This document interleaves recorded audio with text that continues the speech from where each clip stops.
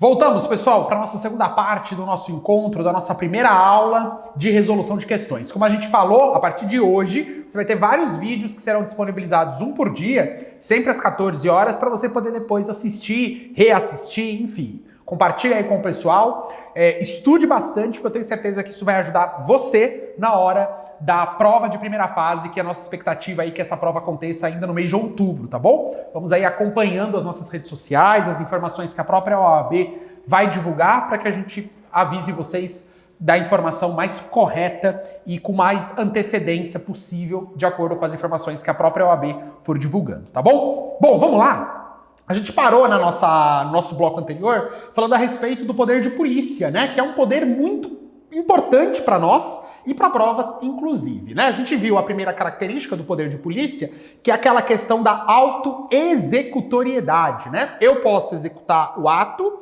isso é um atributo do ato, né? Do poder. Eu posso executar o ato sem a necessidade de autorização judicial. Isso é bastante importante para o processo do poder de polícia. Agora nós vamos ver, o que eu comentei a vocês, é essa ação direta de inconstitucionalidade 17 e 17. Por quê? Nessa ADI, o Supremo Tribunal Federal investigou se é possível que empresas privadas executem esse chamado poder de polícia. Será que empresas privadas podem exercer o poder de polícia? Nós temos um tipo de contrato administrativo que é a parceria público-privada, né? É o poder público se unindo com o poder privado para realizar serviços públicos. Será que o poder de polícia pode ser delegado a pessoas jurídicas de direito privado ou é uma atividade típica do Estado? E é isso que se trata esta questão número 7. Vamos lê-la primeiro e depois a gente trabalha as informações. Olha o que ela diz.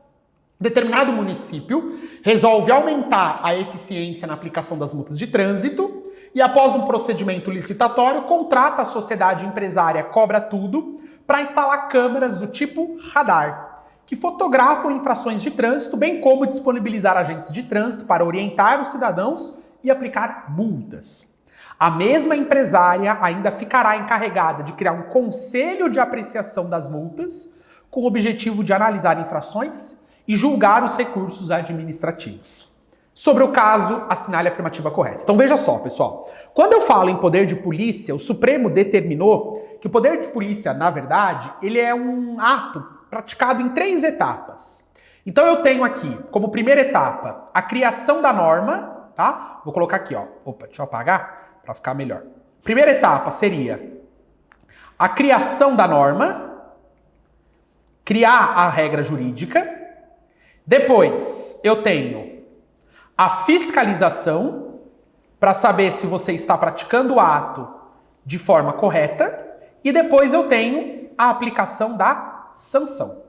Isso basicamente é o poder de polícia. Então, quando eu crio o Código de Trânsito Brasileiro, dizendo como que você tem que andar de carro na rua, eu estou praticando a primeira atividade do poder de polícia. Então, nós temos hoje regras de velocidade, nós temos regras de cinto de segurança, nós temos regra com relação à conservação do veículo. Como é que eu sei se você está cumprindo essas regras? É o item 2, é a fiscalização, onde eu coloco agentes de trânsito, câmeras, né, na rodovia. Aqui em Goiânia a gente chama de pardal, né, quando você coloca lá as câmeras para registrar excesso de velocidade, por exemplo, infrações de trânsito.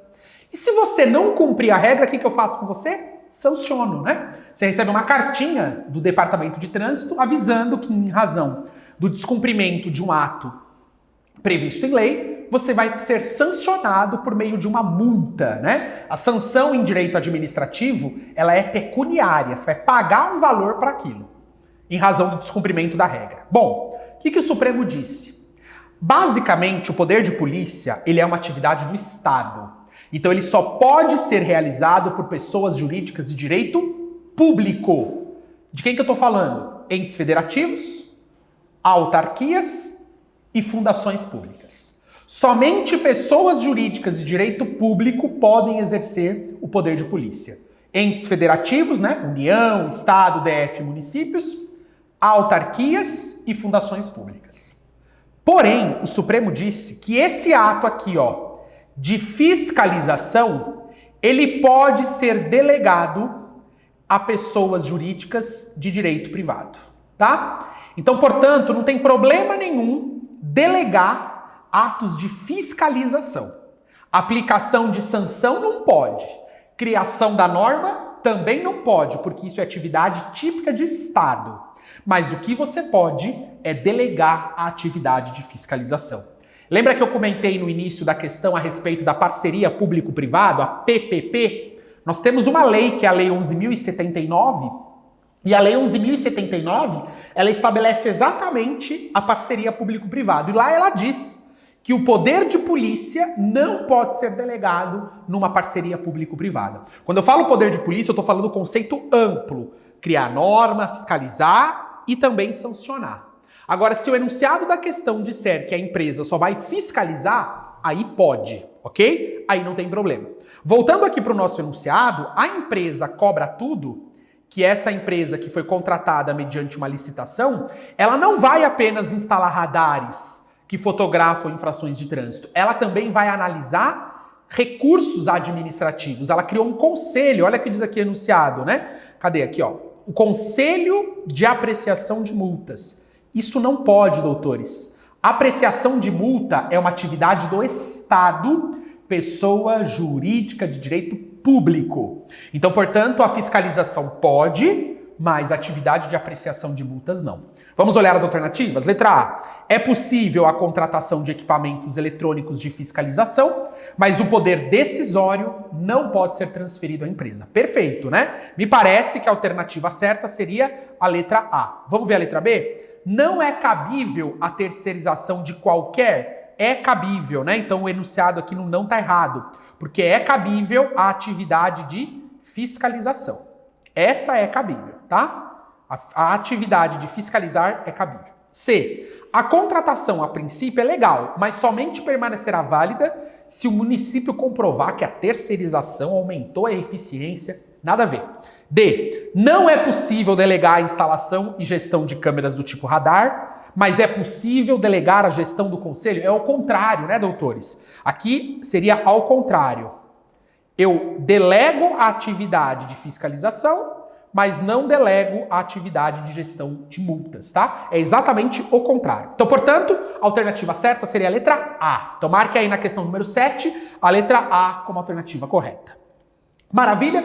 Vamos seguir aqui falando ainda mais um pouquinho do poder de polícia. Olha como é importante esse tema para a sua primeira fase.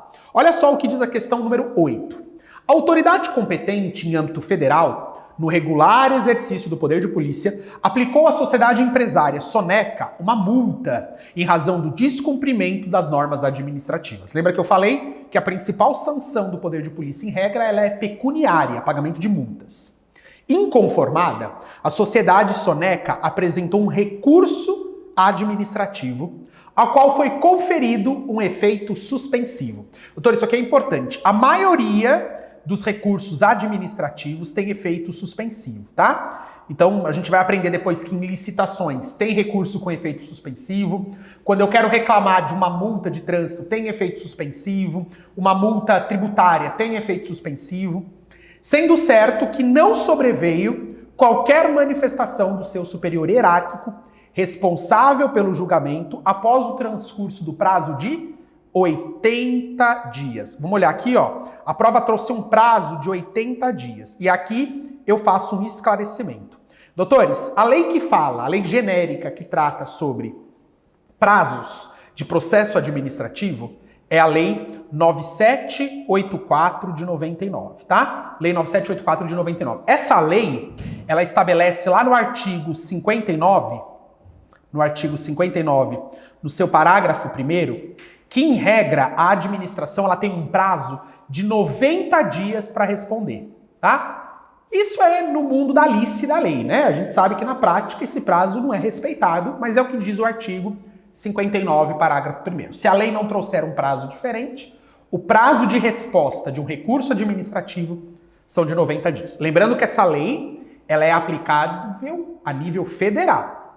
Eu só posso aplicar essa lei em âmbito estadual ou municipal se não houver lei própria no município ou no estado, tá? Se houver lei local, eu aplico a lei local. Se não tiver lei regendo a matéria, aí eu posso aplicar a Lei 9784 de 99, tá bom? Então lá ele fala um prazo de 90, o exercício falou que já demorou 80, então está dentro do prazo, eu não poderia fazer nada a não ser esperar o prazo acabar. E aí ele quer saber sobre o contexto, assinale a afirmativa correta. Olha a letra A.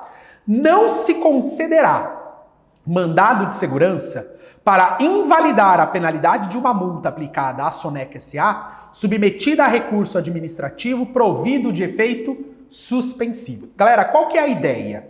O mandado de segurança, e aí você sabe bem, nós temos lá em direito constitucional, artigo 5º, inciso 69, ou também o inciso 70, né? Que é o mandado de segurança individual ou coletivo, e também nós temos a Lei 12.016 de 2009, Lei 12.016 de 2009, é uma lei que fala expressamente sobre atos das autoridades públicas, que são atos que ferem o direito líquido e certo, seja do particular, seja de uma associação, seja de um partido político, enfim. Então a Lei 12.016, ela estabelece regras para você impetrar mandado de segurança. Doutores, eu não posso impetrar um mandado de segurança se existe um recurso administrativo com efeito suspensivo sobre aquela matéria. Essa é a ideia. Recurso administrativo contra um processo judicial, como é o mandado de segurança, contra uma decisão administrativa que ainda está pendente de análise, não se submete a mandado de segurança com o objetivo de invalidar a penalidade da multa. Eu tenho que esperar a resposta do poder público. Pedro, mas e se essa resposta demorar mais do que 90 dias? Aí é diferente. Aí nós estamos falando que existe uma omissão por parte da administração pública, entende? Aqui, doutores, a administração está no prazo. Então, se tem efeito suspensivo, você não pode impetrar mandado de segurança. Porém, se passar o prazo, e aí no meu exemplo, qual é o prazo aqui? 90 dias. Aí nós temos uma súmula do STF, vou registrar aqui, ó. Súmula 429, que diz que em face da omissão, o que é omissão? Silêncio. Passou 90 dias e a administração não falou nem que sim nem que não. O que ela falou? Não falou nada. Lembre-se que silêncio da administração é um nada jurídico. Silêncio não significa absolutamente nada. Não tem aquela ideia, né, de quem cala consente. Não funciona assim no mundo do direito público. Se a administração não falou nada, ela ficou calada, ela ficou omissa, súmula 429 permite eu impetrar o mandado de segurança para questionar essa omissão. Não é para invalidar a multa, é para sanar a omissão. Ou seja, provocar o Poder Judiciário para obrigar o poder público a me dar uma resposta. Porque esse é o problema, né? Se a administração fica calada, eu preciso de uma resposta. Aí a súmula 429 permite o ajuizamento do mandado de segurança. Mas não para invalidar a multa, e sim para questionar o porquê que a administração está demorando na minha resposta. Por isso, doutores, a letra A da questão 8 está certa, né? Não pode impetrar mandado de segurança para invalidar a penalidade da multa, porque eu estou aguardando a resposta do efeito do recurso que está com efeito suspensivo. Então a letra certa, a princípio, seria aqui a letra A. Vamos ver as outras. Letra B. O ajuizamento de qualquer medida judicial por Soneca S.A., olha o que está errado, ó, depende do esgotamento da instância administrativa? Claro que não, doutores. Nós temos um princípio tão bonito no direito constitucional, artigo 5º, inciso 35 da Constituição, que diz: nenhuma ameaça ou lesão a direito pode ser afastada do poder do judiciário. Nenhuma ameaça ou lesão a direito pode ser afastada da análise do poder judiciário. Então eu não preciso esgotar a instância administrativa para ir para a judicial. Não precisa. Isso é chamado pelos constitucionalistas, né? O professor André, que é o professor aqui de constitucional do nosso curso, ele vai explicar isso melhor. É o chamado princípio da inafastabilidade do controle jurisdicional, tá? Se quiser, anote aí, princípio da inafastabilidade do controle jurisdicional. Nenhuma ameaça ou lesão a direito pode ser afastada do Poder Judiciário. Artigo 5º, inciso 35 da Constituição. Vamos para a letra C. Não há mora da autoridade superior hierárquica, que por determinação legal dispõe do prazo de 90 dias para decidir. Temos que tomar cuidado, né? Depende da situação realizada, o prazo é de 90 dias. A lei, ela estabelece, né, que nesse caso, se a lei própria não prevê, não fala o contrário, o prazo realmente é de 90 dias. D. A omissão da autoridade competente em relação ao seu dever de decidir, ainda que se prolongue por período mais extenso, não enseja a concessão de mandado de segurança? Aí vai ensejar, pessoal. Lembra que eu comentei, né? Acima do prazo previsto em lei, nós temos a súmula 429. E a súmula 429 permite a concessão de mandado de segurança para sanar a omissão. Então, quando fala que por mais que a decisão se prolongue no tempo, a demora na decisão, eu não posso conceder mandado de segurança? Claro que eu posso. Súmula 429 permite, tá bom? Então, fique atento a essa questão da prova. Então, a questão número 8, a letra certa é a letra A de aprovação. Não se concede mandado de segurança para invalidar a penalidade de multa aplicada à soneca, submetida a recurso administrativo provido de efeito suspensivo. Maravilha? Vamos para a questão de número 9. A gente agora vai mudar para um assunto muito importante, que é a intervenção do Estado na nossa propriedade. Doutores, tomem cuidado com isso. O Estado, ele pode se intrometer na nossa propriedade, tá? Apesar da propriedade ser um direito constitucional, né? Quando você vai lá no artigo 5º, vamos escrever aqui, ó, só para fazer o registro. Artigo 5º, inciso 22 da Constituição, lá tá escrito, né? Artigo 5º, inciso 22 da Constituição, que a propriedade é um direito constitucional. Só que essa propriedade, ela vai ser, sim, fiscalizada pelo domínio público. O que é esse domínio público?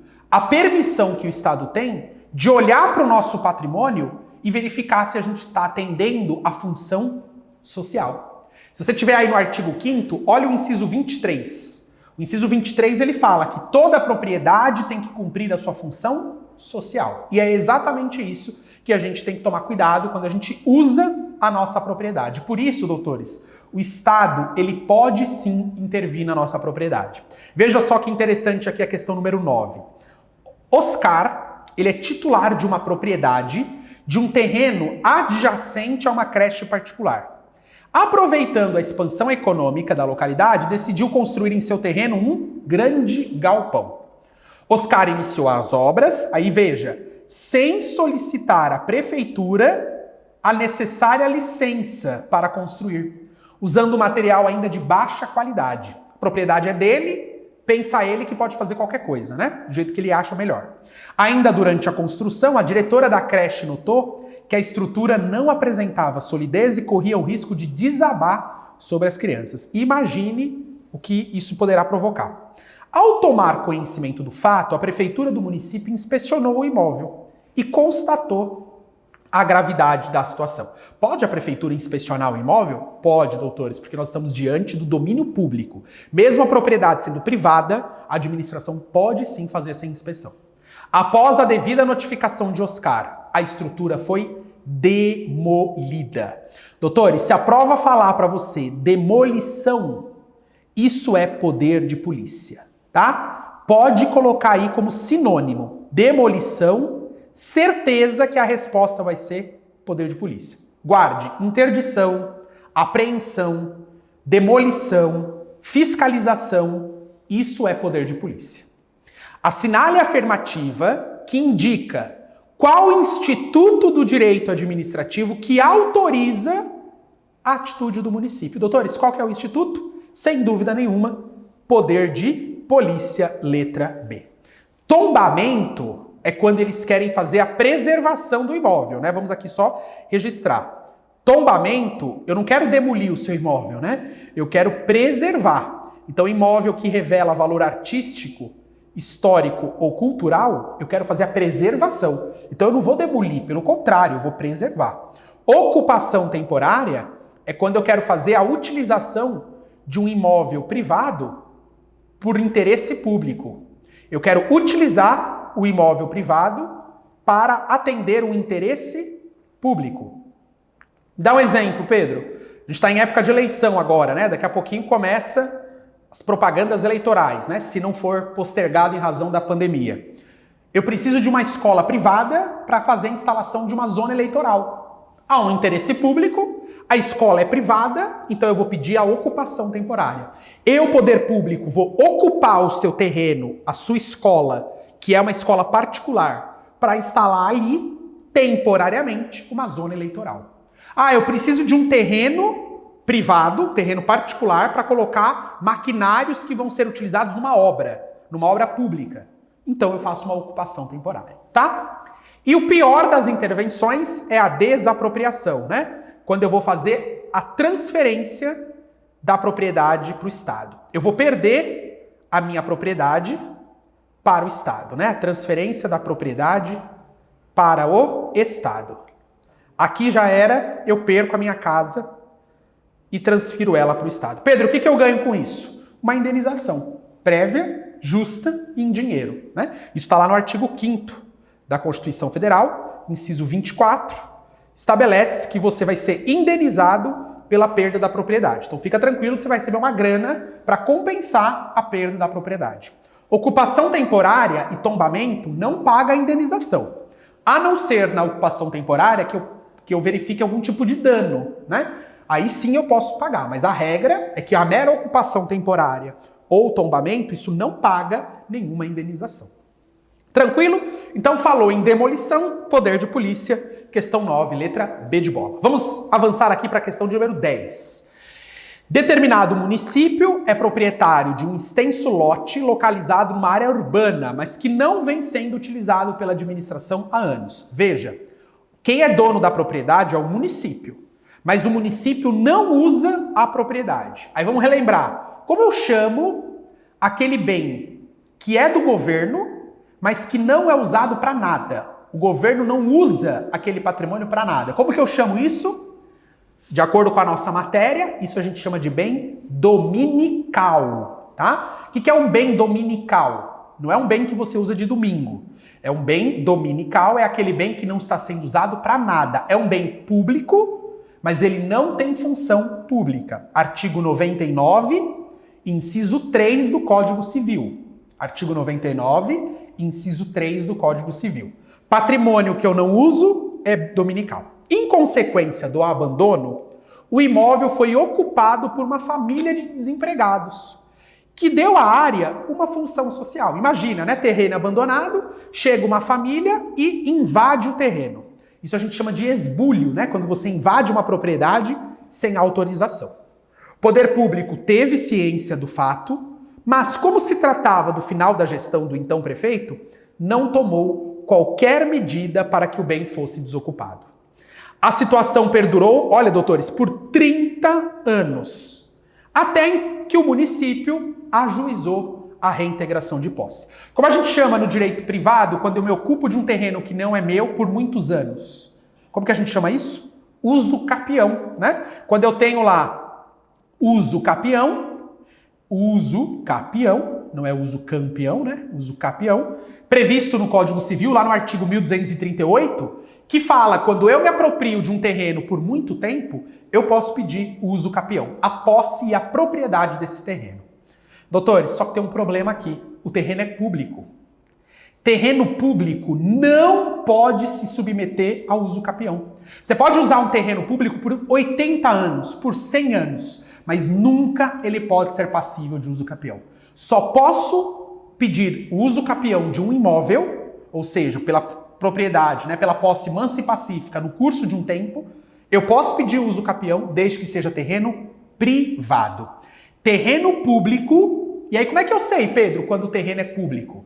Aí você vai lá para o artigo 98 do Código Civil. O artigo 98 diz que terreno público é o bem que pertence a uma pessoa jurídica de direito público. Terreno público pertence a uma pessoa jurídica de direito público, ok? Artigo 98 do Código Civil. Não pode passar por uso capião.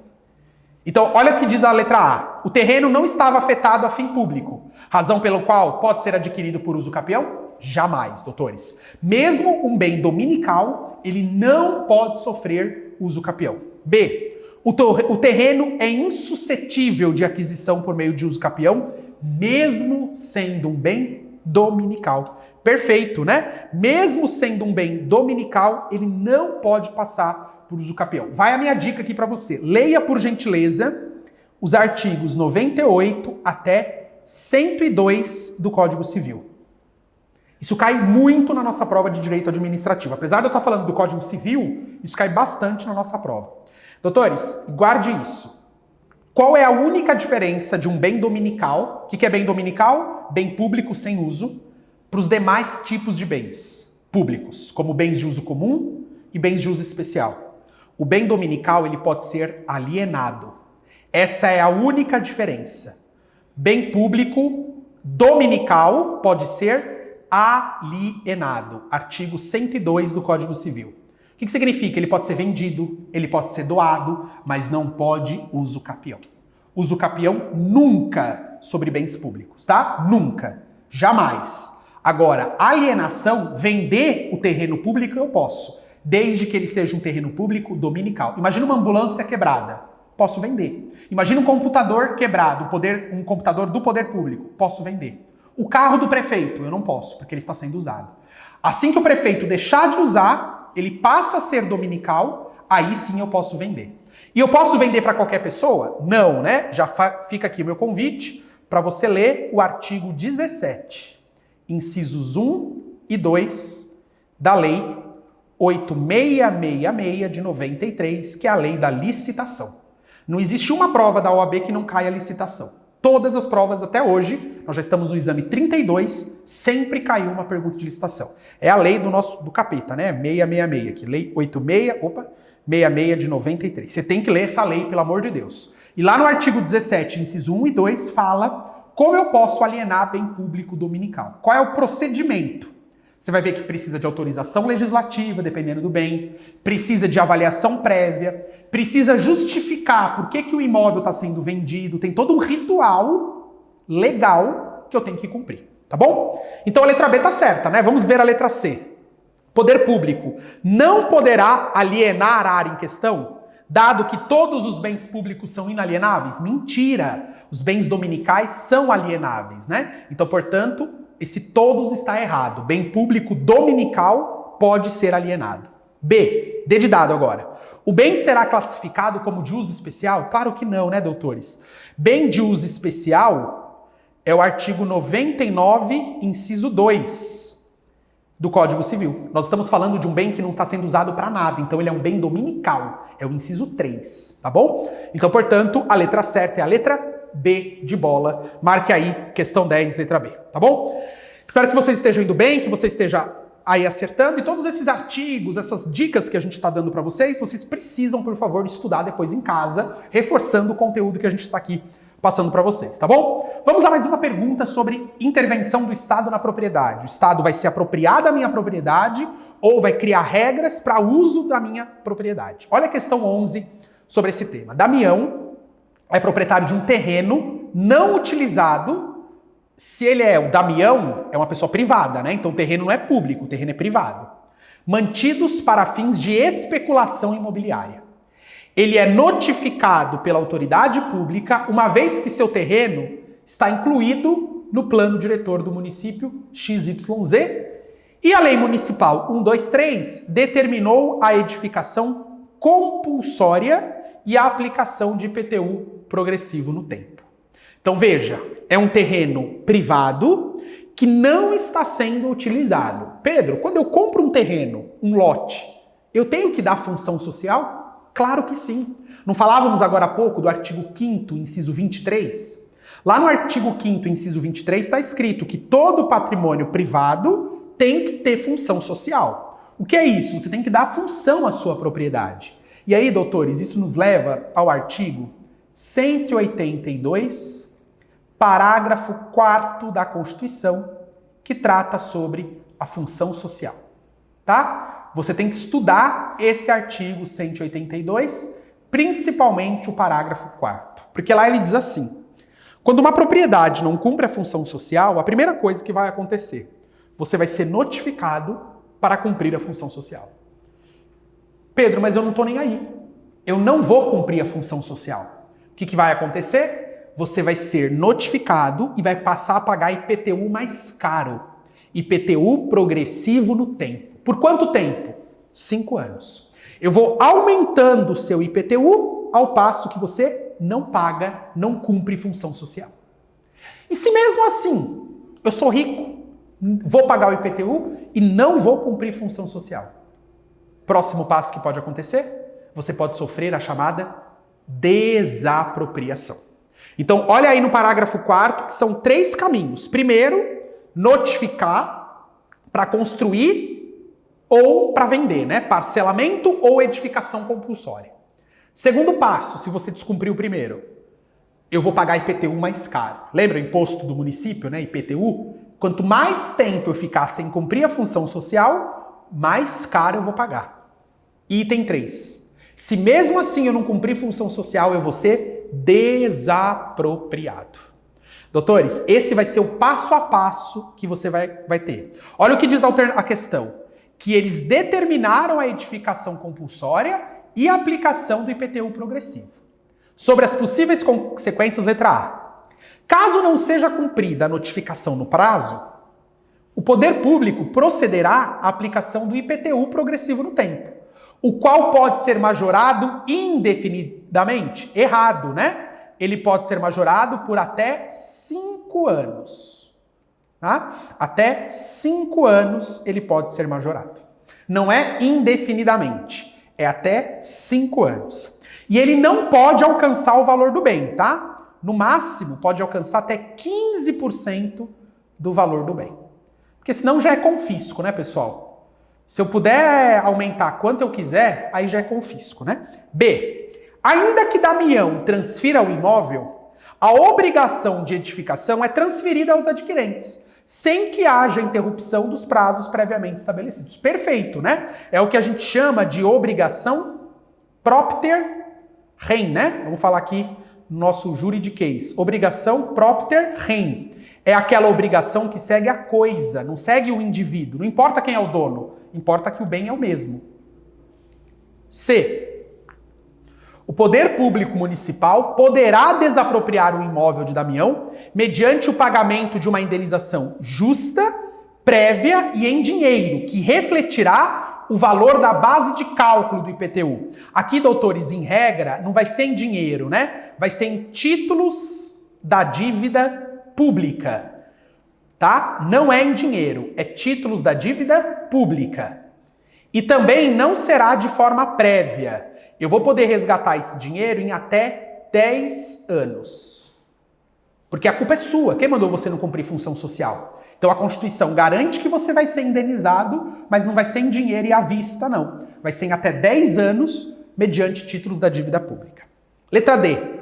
Não há consequência jurídica no descumprimento, tendo em vista a não autoexecutoriedade dos atos do poder público. Isso aqui é para pegar aquele que não sabe nada de direito administrativo, né, doutores? É claro que há consequências. Todo ato do particular pode gerar consequências, portanto, jamais seria a letra D, né? Então a letra certa é a letra B. Ainda que Damião transfira o imóvel, né, a obrigação passa para o novo adquirente, sem que haja interrupção dos prazos previamente estabelecidos, tá bom? Pedro, onde está esse prazo de 5 anos, esse percentual de 15%? Doutores, isso está no Estatuto da Cidade, aquela lei federal 10.257 de 2001, tá? Isso está lá no Estatuto da Cidade. O Estatuto ele não cai especificamente na prova. Essa questão até foi um pouco mais complexa, né? Porque trabalhou prazos que normalmente não aparecem na prova. Mas eu vou citar aqui para vocês o Estatuto da Cidade, porque ele também acaba sendo importante para nós. Tudo bem? Então, questão número 11, alternativa certa é a letra B de bola. Vamos avançar agora para a questão de número 12. O município Beta foi assolado por chuvas que provocaram o desabamento de várias encostas que abalaram a estrutura de diversos imóveis, os quais ameaçam ruir, especialmente se não houver imediata limpeza dos terrenos comprometidos. Diante do iminente perigo público, a residência e a vida das pessoas, o poder público deve prontamente utilizar um maquinário que não consta do seu patrimônio para realizar as medidas de contenção. Assinale a opção que indica a adequada modalidade de intervenção na propriedade. Galera, a prova sempre faz esse tipo de pegadinha. A diferença entre requisição administrativa e ocupação temporária, tá? Aqui nessa questão a gente já mataria fácil, porque a prova foi boazinha e não colocou ocupação temporária nas alternativas. Mas é muito comum a prova confundir a gente com requisição e ocupação. Como é que eu vou saber na hora da prova diferenciar requisição de ocupação temporária? Sempre que eu estiver falando, guarde isso, sempre que eu estiver falando de requisição, eu estou falando de uma situação de urgência, tá? Situação de opa, aqui U, parece mais um O. Situação de urgência. Situação de calamidade pública, iminente perigo. Quando a situação for do dia a dia e eu preciso usar patrimônio privado, vai ser ocupação temporária. Agora, quando eu estou falando de perigo urgente, iminente, eu estou falando de requisição administrativa. Galera, esse é o elemento que diferencia requisição de ocupação temporária. Por exemplo, estou com meu carro na rua, de repente começa uma perseguição policial. A viatura da polícia militar bate no poste. Albarrou o poste. O policial olha para mim, para o meu carro, e fala, eu quero seu carro para continuar a perseguição. Eu sou obrigado a dar meu carro? Sou. Perceba, estamos numa situação do dia a dia ou numa situação de perigo, de urgência, de iminente perigo? Situação de urgência, portanto é requisição. Agora, se eu quero usar a sua propriedade apenas para fazer uma obra pública, ou por causa da zona eleitoral que eu comentei aqui, isso não é perigo. Na ocupação temporária, nós só temos o quê, doutores? O interesse público. Não tem urgência, só tem interesse público. Portanto, é o elemento que diferencia. Olha o enunciado. O próprio enunciado falou, por que o município está usando o seu terreno? Ele quer sua máquina. Por causa de chuvas que provocaram desabamento de várias encostas. O próprio enunciado fala aqui, ó, iminente perigo público. Então estamos diante do que, doutores? Requisição administrativa. Não tem como errar se você pegar essa dica. Falou em situação de urgência e eu preciso usar terreno privado, máquina privada, é requisição administrativa. Agora, mero interesse público, não tem nada de urgência, ocupação temporária, tá bom? Como nós já falamos, tombamento é para preservar o imóvel, desapropriação é para transferir o imóvel para outra pessoa e a servidão administrativa também é para atender interesse público. Servidão não precisa de urgência, basta interesse público. Ok? Então, portanto, questão 12, a alternativa certa é a letra A. Aprovação chegando. Vamos lá, galera, vamos para a questão de número 13. Quanto às limitações ao direito de propriedade, assinale a alternativa correta. O que é limitar? A propriedade vai continuar sendo sua, mas eu vou impor restrições de uso. Eu deixo você usar a propriedade, mas eu vou impor a essa propriedade restrição de uso. Vamos ver a letra A.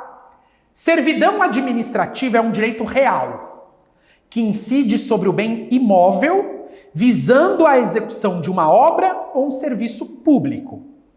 Servidão administrativa é um direito real que incide sobre bem imóvel. Perfeito. Visando a execução de uma obra ou serviço público. Doutores, até aqui está correto, né? Porque eu tenho uma necessidade, por exemplo, de um terreno público, instalar uma torre de energia elétrica. Num terreno público, num terreno privado, eu preciso instalar cabeamentos de água, né? Dutos de água. É uma servidão administrativa. Então nos parece que está correto. B. A limitação administrativa tem caráter individual. Aqui é o problema, né? Limitação, o caráter ele é genérico. Não é caráter individual. O caráter é genérico. E comporta a indenização? Em regra, não comporta. Em regra, não. A gente fez até uma musiquinha, né? O pessoal que já me acompanha aí nas redes sociais, lá no meu perfil do Instagram, Prof. Pedro Bonifácio, a gente tem uma musiquinha ao ritmo de Bella Ciao, né? Aquela música daquele famoso seriado espanhol, né? La Casa de Papel. Depois entra lá no meu Instagram e aí a gente tem lá a letra para você lembrar dessas características da diferença entre limitação, servidão, ocupação temporária, né? E aí a gente fala, a servidão é específica e precisa de registro com indenização. Limitação já é genérica e não paga nada não, tá? Só você colocar agora no desenho da música. Limitação já é genérica e não paga nada não. Aí você não erra a questão, tá bom? O tombamento não recai sobre bens imóveis? Claro que recai, doutores. Tombamento, ele pode recair tanto sobre bens móveis ou imóveis. Existem carros, existem quadros que não podem ser vendidos, não podem ser destruídos porque são tombados. Quem já foi em museu, né, quando você vai no museu, tem lá a pedra que teve algum tipo de evento histórico. Um quadro que simboliza o momento no Brasil. Esse quadro não pode ser destruído, não pode ser modificado, porque ele é um quadro tombado, né? No Brasil, a gente tem o IPHAN, o Instituto de Patrimônio, que é gerido pela União. O IPHAN, hoje, ele tomba a propriedade e já era. Você não pode mais modificar aquela propriedade. Pelo menos tem que pedir autorização e verificar se isso não vai prejudicar a preservação do valor histórico, artístico ou cultural. Letra D. A requisição administrativa é um direito pessoal que incide somente sobre bens imóveis? Claro que não, né? Acabei de dar um exemplo de que o carro, né? Precisa usar o carro em caso de iminente perigo. Carro é bem móvel. Eu posso ter requisição. A gente fez uma questão anterior que eles precisavam de uma máquina, né? A questão número 12, eles precisavam de uma máquina para atender o perigo. Veja, bem móvel. Portanto, a letra D está errada. A questão número 13, então, a letra certa é a letra A, tá bom? Fiquem atentos aí à letra A. Vamos avançar para mais duas, dá para a gente trabalhar mais algumas questões aí nesses minutos finais da nossa aula. Amanhã, uma nova matéria vai ficar disponível aqui para vocês, um novo professor com questões também relacionadas à primeira fase do exame de ordem, tá certo? Lembra que toda segunda até quinta-feira a gente vai disponibilizando novas aulas, novos vídeos aqui no nosso canal do YouTube do Max Juris. Vamos para a questão 14. A fim de permitir o escoamento da produção até uma refinaria, uma empresa pública federal que explora prospecção de petróleo em um campo terrestre inicia a construção de um oleoduto. O único caminho possível para essa construção atravessa a propriedade rural de Josenildo, que em razão do oleoduto teve que diminuir o espaço de plantio de mamão. E com isso, viu sua renda mensal cair pela metade. Presta atenção. Quando eu estou usando um terreno privado em caráter perpétuo, não é em caráter temporário, um caráter que se prolonga no tempo, por isso que a gente fala que é perpétuo. E esse caráter perpétuo, ou seja, se prolonga no tempo, faz com que a pessoa seja prejudicada, ela pode sim buscar perdas e danos, tá bom? A servidão, doutores, artigo 40, né, do Decreto-Lei 3365 de 41, ele estabelece que se para atender um interesse público eu preciso usar um terreno privado de forma perpétua, eu preciso estabelecer naquele terreno uma servidão. E se o dono não concordar, eu posso buscar a servidão judicialmente, tá? A servidão, ela pode ter um caráter extrajudicial ou judicial se o dono não concordar. Só que ele sofreu um problema. O que aconteceu com o Josenildo, que era o dono da propriedade? Ele teve a produção que ele tinha de mamão, né, produção de plantio de mamão, cair pela metade por causa do oleoduto. Ele vai ter direito a uma indenização? Claro que vai. Então, letra A, não há óbice à constituição da servidão, mas no caso, cabe indenização pelos danos decorrentes dessa forma de intervenção na propriedade. Doutores, o direito administrativo ele passa a ser um pouco lógico. Só você pensar, se eu preciso atender interesse público, qual o regime jurídico da administração? O interesse público é supremo, vem sempre em primeiro lugar. Então, primeiro eu atendo o interesse público e depois eu atendo o interesse privado. Mas se ele foi prejudicado, obviamente eu tenho que pagar uma indenização. Letra B. A servidão administrativa é ilegal e Josenildo poderá desconstituí-lo, pois o Instituto só tem aplicação em relação a bens públicos? Claro que não, né? Isso aqui está errado. Ela é legal. Servidão administrativa é ilegal, pois nosso ordenamento jurídico veda? Claro que não veda. É possível. Não há óbice à constituição da servidão e não há que se falar em qualquer indenização. Coitado do Josenildo, é claro que eu vou indenizá-lo. Ele perdeu a sua renda mensal, doutores. Eu, Estado, tenho limites, né? Não posso fazer do jeito que eu quero e como eu quero. Eu tenho limites com relação a essa produção. Então, portanto, a letra D está errada. Qual é a letra certa? Novamente aí, a letra A. Não a óbice, mas ele vai ter que ser indenizado. Tudo bem? Olha lá, vamos a mais uma, sobre o IFAM, que eu comentei agora há pouco, né? Instituto do Patrimônio Histórico e Artístico do Brasil. Virgílio é proprietário de um imóvel cuja fachada foi tombada pelo IFAM, uma autarquia federal, após o devido processo administrativo diante de seu relevante valor histórico e cultural. O logradouro significa rua, em que o imóvel está localizado, foi assolado por fortes chuvas que comprometeram a estrutura da edificação, a qual passou a apresentar riscos de desabamento. Em razão disso, Virgílio notificou o poder público e comprovou não ter condições financeiras para arcar com os custos da respectiva obra de recuperação. Certo de que a comunicação foi recebida pela autoridade competente, que atestou a efetiva necessidade, isso aqui é o bônus da questão, ó. Necessidade de realização de obras emergenciais. Virgílio procurou você, como advogado, para, mediante uma orientação jurídica adequada, evitar a imposição de sanção pelo poder público. Porque olha só, pessoal, quando sua casa é tombada, ela continua sua, né? O decreto-lei que trata sobre essa matéria, vamos aqui escrever, decreto-lei 25/37, ele diz que a propriedade, quando ela é tombada, ela continua sua, você é o dono dela, mas você se impõe algumas obrigações. E uma dessas obrigações é a conservação da propriedade. O dever de conservar não é do poder público, é do proprietário. Então, se sua casa está tombada, porque revela um valor histórico, artístico ou cultural, a gente tem, por exemplo, aqui no estado de Goiás, a cidade de Goiás, tem um município que chama Cidade de Goiás, é a antiga capital. Hoje a capital é Goiânia, mas já foi Cidade de Goiás. Alguns chamam de Goiás Velho. Lá existem várias propriedades que são tombadas. Em Minas Gerais, a gente tem ali, né, Ouro Preto, que também é tombado. Várias regiões do Brasil, Paraty, por exemplo, no Rio de Janeiro, tem patrimônio tombado, porque revela valor artístico, valor histórico.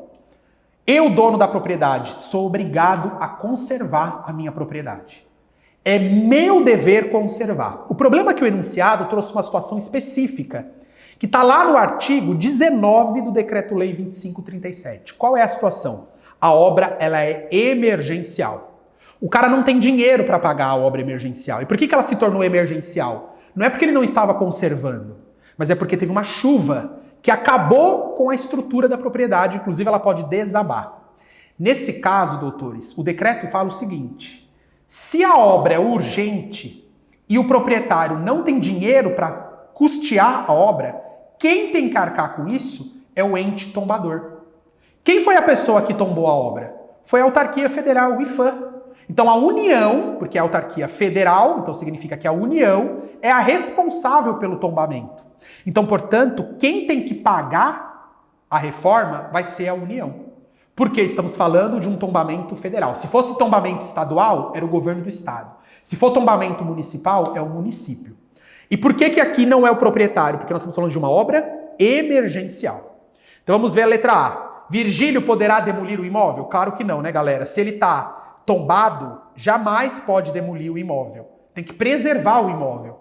B. A autoridade competente deve mandar executar a recuperação da fachada tombada às expensas da União. O que é expensa? É custo. Quem vai pagar o custo é a União. Perfeito, pessoal. A letra B me parece a mais correta. Vamos ver as outras? C. Somente Virgílio é obrigado a arcar com os custos de recuperação? Se fosse uma obra de conservação normal, era o Virgílio. Mas como eu estou falando de uma situação emergencial, é a União. D. As obras necessárias deverão ser realizadas por Virgílio independentemente de autorização? Claro que é dependentemente. Eu tenho que, sempre que eu for alterar a fachada de um prédio tombado, eu preciso pedir a autorização. Doutores, acho que dá tempo de mais uma? Vamos fazer mais uma. Acho que não vai dar tempo da gente fazer a próxima questão. Bom, a gente ainda tem mais um encontro de direito administrativo, tá? Então, você que é o nosso aluno já do Max Juris, ou você que é nosso convidado e está assistindo aqui a nossa aula, Em breve eu volto aqui com vocês para mais uma aula em que a gente vai tratar sobre agentes públicos, a gente vai falar sobre licitações, porque eu tenho certeza que esses temas estarão no seu próximo exame, tá bom? Já fico agradecido pela sua participação nesse momento. Qualquer dúvida, entre nos nossos canais, no nosso site maxjuris.com.br. Entra lá no meu perfil do Instagram, estarei à sua disposição para tirar qualquer dúvida a respeito desse material e desse conteúdo que nós já visualizamos por aqui, tá bom? Faça os exercícios que estão na apostila e no próximo encontro a gente corrige junto, tirando todas as dúvidas e apontando o que é mais importante para você guardar, tá bom? Agradeço a sua atenção e até a próxima, pessoal. Tchau, tchau!